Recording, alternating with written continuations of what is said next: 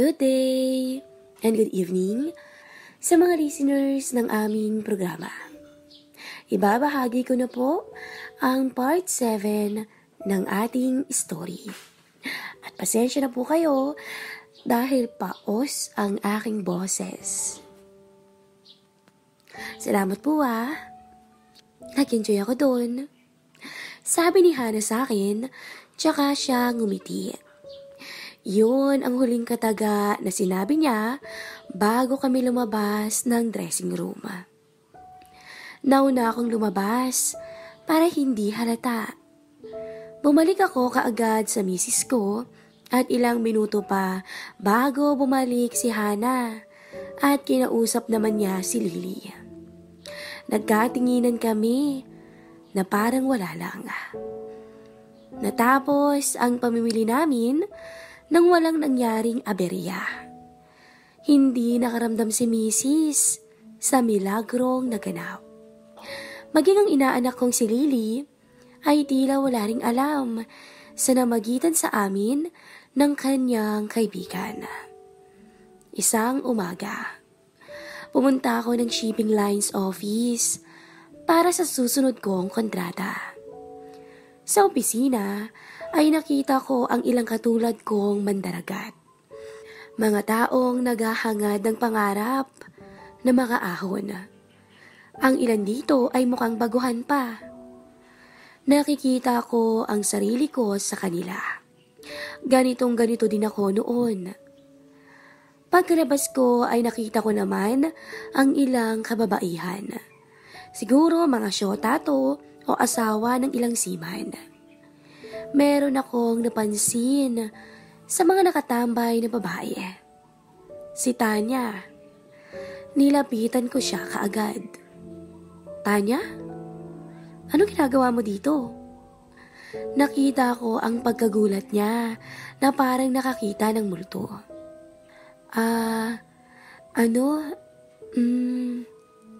Hindi pa nakasagot si Tanya ay may isang binatang lumapit sa kanya at umakbay. Hinalikan siya sa pisngi. Naghintay ka ba ng matagal, babe? Tanong ng lalaki. Napatingin ito sa akin. Mukhang seaman din ito. Hindi ko na sinayang ang oras nila at umalis na ako. Habang naglalakad ako pabalik sa sasakyan, hindi ko maisip kung bakit para akong nasaktan. Alam kong kabit o secret girlfriend ko si Tanya. Pero hindi ko in-expect na meron din pala siyang iba. Sabagay, ganun ko na siya nakilala Bakit pa ako umaasang magiging tapat siya sa akin, di ba? I think this all goes to my ego. She was mine like a property. I guess ganito talaga ang buhay nang naggagamitan lang kayo. Ayokong manatili siya sa isipan ko. Kaya minabuti kong ituon sa iba ang pansin ko. Tulad ng plano, lihim akong nakipag-communicate kay Hana at Lily. Mukhang go sila sa lakad namin at mukhang excited pa. Pero sa totoo lang, mas feel attracted ako kay Lily kesa kay Hana. Siguro, dahil na rin sa mas feel ko ang excitement sa pinagbabawal na prutas. Yung tipong, ninong ka niya, pero may naiisip kang hindi pwede. Alam mo na, bagong ulam, ika nga. At ramdam kong, bibigay din si Lily sa akin. Sa bagay, sa dami ba naman ng mga pinaglaruan ko ang babae, feel ko parang sports na lang to. Yung para akong isang hunter sa gubat. At marami na akong nahuli.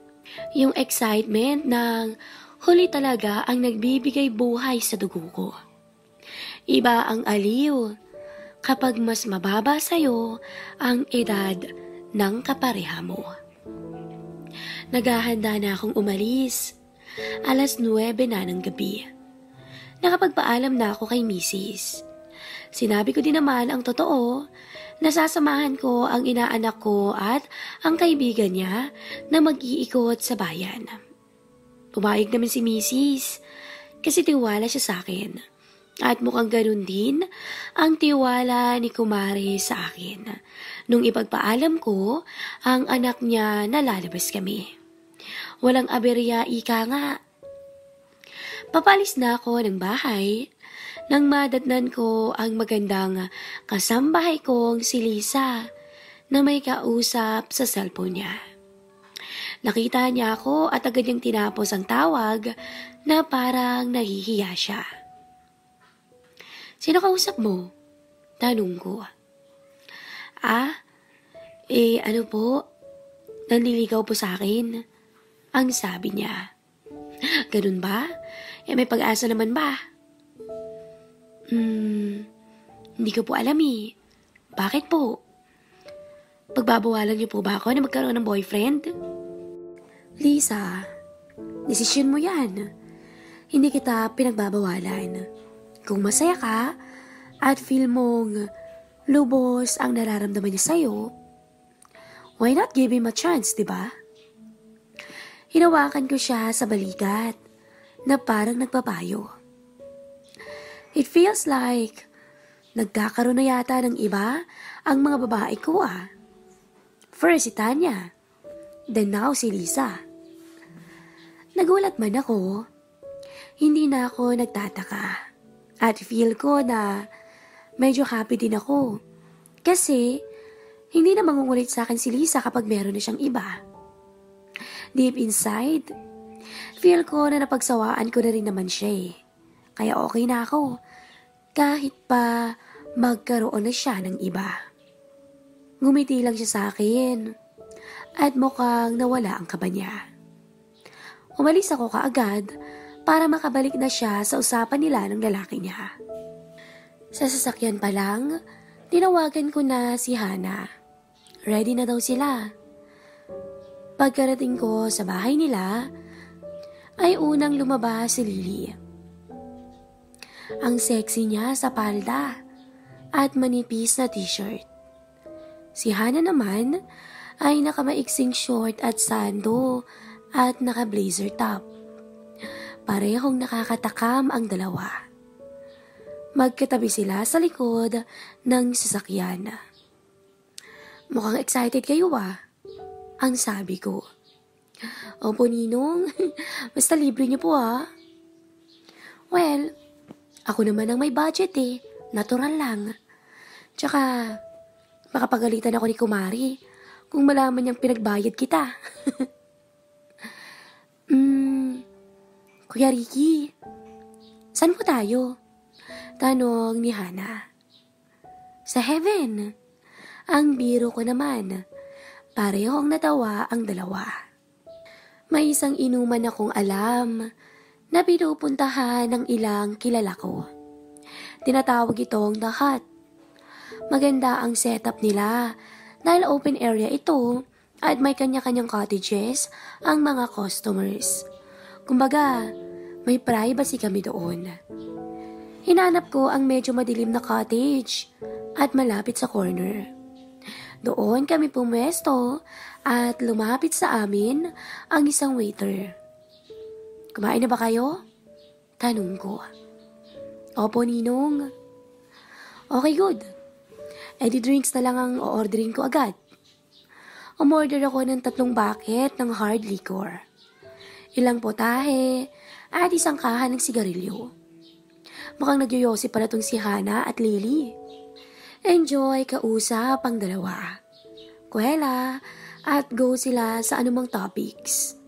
Ako ang madalas magtanong dahil gusto ko babae ang magkwento. Madali mo makukuha ang loob ng babae kung pinapakwento mo sila. Syempre, yun naman ang plano ko din, di ba? Ang sarap titigan ni Lily habang nagyoyosi at nakadikwatro pa. Nagkukwento siya at bumubuga ng usok. Dito ko nalaman na bay pala silang dalawa. Agad akong nag-dare sa kanila kung kaya nilang mag-kiss sa harap ko. Anong kapalit, Ninong? Natatawang tanong ni Lily. Ano bang gusto mo? Tanong ko. 2,000. Ay, ang taas naman. 500, pwede pa. Okay, game ako. Agad na sagot ni Lily at halatang namumugay na ang mga mata. Nilabas ko ang 500 at nilapag ko sa lamesa. Kukunin na sana niya to, pero hinawakan ko ang kamay niya. Dapat 5 minutes ang wika ko. Okay. Kinuha niya ang pera at nagtitigan sila ni Hana. Nagsimula silang sunggaban ang labi ng isa't isa na medyo light lang. Grabe, na-excite na ako agad. Nakakauhaw titigan ang dalawang babae. Napakambyo na lang ako sa nakikita ko. Huminto sila nang mag-alarm ang cellphone ng 5 minutes. Si Ninong nag-enjoy ka no? Ang biro ni Lily. Kakagigil kayong tingnan eh. Teka, nagdoon na ba kayo minsan? Tanong ko. Oo naman. Magkabady rin kami sa kama, Ninong. Alam na nila ang nasa isip ko. At mukhang game naman silang dalawa. Pero gusto kong ibahin ang expectation nila. Okay, 2,000. Papanoorin ko kayong dalawa. Dare ko ulit sa kanila. Ay, wow! Live show ang gusto ni Kuya Ricky. Ang wika ni Hana. 5,000 Ninong. Go kami. Tinaas bigla ni Lily ang hamon. Ngumiti lamang ako. Okay, sige. Pero, kasali ako. Sabat ko. Nagkatinginan ang dalawa at parehong napangiti. Sure, Ninong. Basta ikaw. Ito lang ang hinihintay kong sagot. Wala nang hintayan pa. 12:00 na ng hating gabi at kakaunti na lang ang oras ko. Agad kong dinala sa isang mumurahing hotel ang dalawang dalaga. Pasensya na Maria, pero pagsasawaan ko muna ang anak mo. Mukhang palaban sa isip-isip ko. Sa loob ng maliit na kwarto, isang maruming aircon ang nagpapalamig sa loob. Dalawang magandang dalaga ang nakahain sa aking harapan. Parehas silang nakatihaya na sa hiyaan at ang mga suot nilang pareho ay naggalat na sa sahig. Para akong mawawala sa katinuan nung mga oras na yun habang nakatingin sa kanila. Sa puntong yun ay wala na akong sinayang na oras. Halos hingalin ako sa dalawang babae. Napakapilya nila at halos di na ako makasabay sa kanila. Parang masisira ang kama sa aming tatlo. Halos mabaliw naman ang dalawa sa gigil ko. Lalo na kay Lily. Pinagsawaan ko sila na para bang wala ng bukas. At sa maliit na kwarto ding yun, ay hingal at pawisan kaming pare-pareho nang mapadpad kami sa rurok. Nagpahinga kami saglit at nagkaroon ng kaunting pag-uusap. Grabe kayo Nakaya nyo kaming dalawa, Kuya Ricky? Ang wika ni Hana. Oo naman, nakakagigil kasi kayo Alam kong nung una pa lang tayong magkakilala, ay may balak na kayo sa amin Sabat naman ni Lily. Tinignan ko si Lily at ngumiti. Siyempre, hindi ko alam na active ka rin pala sa ganitong bagay. Noon pa lang ay kursunada na kita, Lily. Talaga po, Ninong? Di sana noon pa lang, nagparamdam na kayo. Ikaw sana first time ko. Hindi alam ni Kumare na ganito ka pala kapilya no? Siyempre naman po, para sa kanya, isa akong anghel. Anghel na mahilig ka mo. Ang wika ko sabay ngiti. Ito na yata ang pinaka-memorable na nangyari sa buong bakasyon ko. Bibihira lang ang pagkakataong ganito. Dahil limitado ang oras namin, hindi na kami nagtagal sa lugar na yun. Agad kaming lumabas at inihatid ko na silang dalawa. Mag-aalas 2 na ng madaling araw nang makarating kami sa bahay nila. Bitin man ako, wala na akong magagawa sa ngayon. Mahirap na at baka mabuko ako ni Kumari. Salamat po sa pakain niyo, Ninong ah. Nag-enjoy kami dun. Ang wika ni Lily. Sa susunod, mas paghandaan pa natin. Ang wika ko. Sige po, kontakin niyo na lang po ako or si Hana. Ingat po kayo ah. Ingat Kuya Ricky. Thanks sa nakakaaliw na gabi. Ngumiti lang ako kay Hana. Sa mga dumaang araw, ay hindi na masyadong eventful ang buhay ko. Hinihintay ko na lang na makabalik ako sa barko. Tulad ng dati, nagpaalam ako kay Mrs. At mukhang wala talaga itong kaalam-alam sa mga pinaggagawa kong kalokohan. Maaga akong umalis sa bahay dahil ang alam ni Mrs. ay diretso na ako sa barko. Pero hindi niya alam. May isang araw pa pala ako. Siyempre, last day mo na ulit sa lupa, edi sulitin mo na. Nag-report muna ako sa office at kinagabihan ay naghanap ng matutulugang hotel. Gabi ng linggo iyon at maraming mga tao ang naggagala. Ako naman ay nasa kwarto lang at nagsiselfone. Napansin ko ang isang bagong post ni Tiffany. Nasa isang park sila at alam ko kung saan to. Malapit lang to sa lugar na tinutuluyan ko ngayon. Agad ko siyang chinat. Hi baby. Hi dad. How are you? Ang bati niya. Pabalik na ako sa bar ko bukas eh. Nasa park ka pala? Yes dad. Kakatapos lang namin magsimba ng mga friends ko. Papunta ako sa dorm ng anak niyo. Niyaya niya kasi ako lumabas eh. Ganun ba? Gusto ko sana magkita muna tayo eh. Last day ko na kasi dito sa Pinas. Oh, ganun po ba? Matagal pa kayong makakabalik? Yup, mga ilang taon din. Pagsisinungaling ko. Sige po. Saan po ba kayo now? We can meet na lang dun sa church. Malapit lang yun dito eh. Then bili na lang tayo ng food para sabay natin kainin dito sa hotel room ko. Sounds good? Sure po, I'll be there. I miss you baby. I miss you too dad. See you po. Last reply niya sa akin at nag-send pa siya ng kiss emoji. Naghanda ako agad at pumunta sa simbahan. Nauna pa ako kay Tiffany, kaya pumasok ako sandali sa loob ng simbahan at nagdasal na sana maging maayos at ligtas ako sa barko. Siyempre, kailangan din natin ng kaunting blessings, di ba? Ilang minuto pa at dumating na si Tiffany.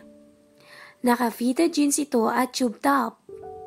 Mukha talagang model sa unang tingin pa lang. Ngumiti siya at tiyakap niya ako. Okay din tong meeting place of choice niyo, dad ah. Siyempre, para ligtas.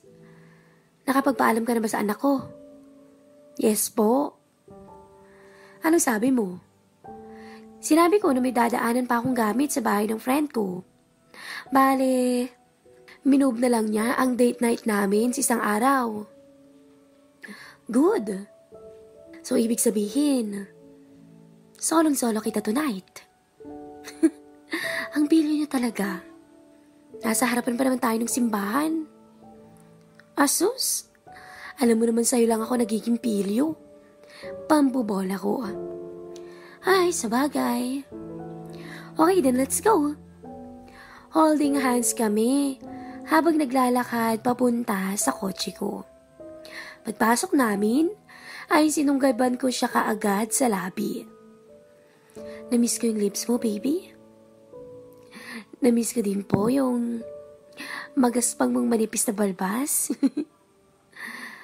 Why don't we order delivery service na lang? At diretso na tayo sa place. Ang sabi ko. Kayo excited po kayong masolo ko Ikaw ba hindi? Excited din. Let's go. Pinapasabik mo ako Ang sabi niya. Hinaplos ko ang legs niya habang nagmamaneho kami pabalik sa hotel. Pinarada ko ang kotse at agad kaming umakyat sa itaas.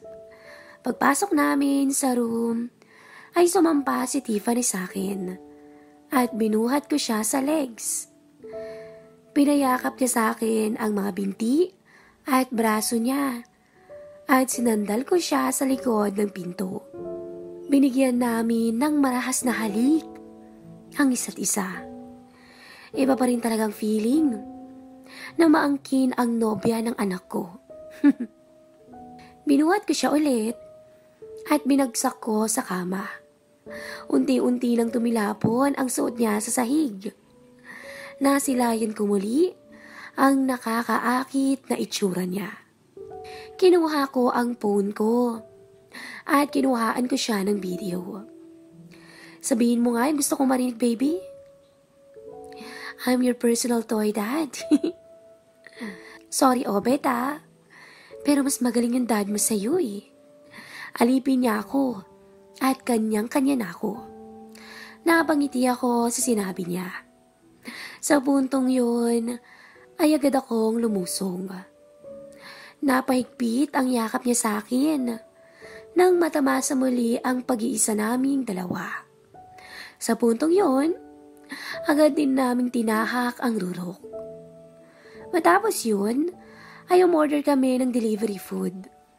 Doon na rin nagpalipas ng gabi si Tiffany at kapiling ako. Dahil safe daw siya, nakailang ulit pa kami. Nagkasundo kami na magkikita muli pagbalik ko ng Pinas. At dahil dito, mas naging mainit pa ang lihim naming relasyon.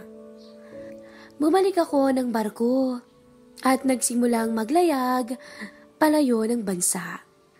Baon ko ang mga pangako ko at pangarap. 2 buwan pa lang ang lumipas at nakadaong kami sa isang pier nang kumontak sa akin ang anak kong si Obet. Nagulat ako sa kanyang balita. Buntis daw ang nobya niyang si Tiffany. Abangan ang susunod na kabanata ng ating story.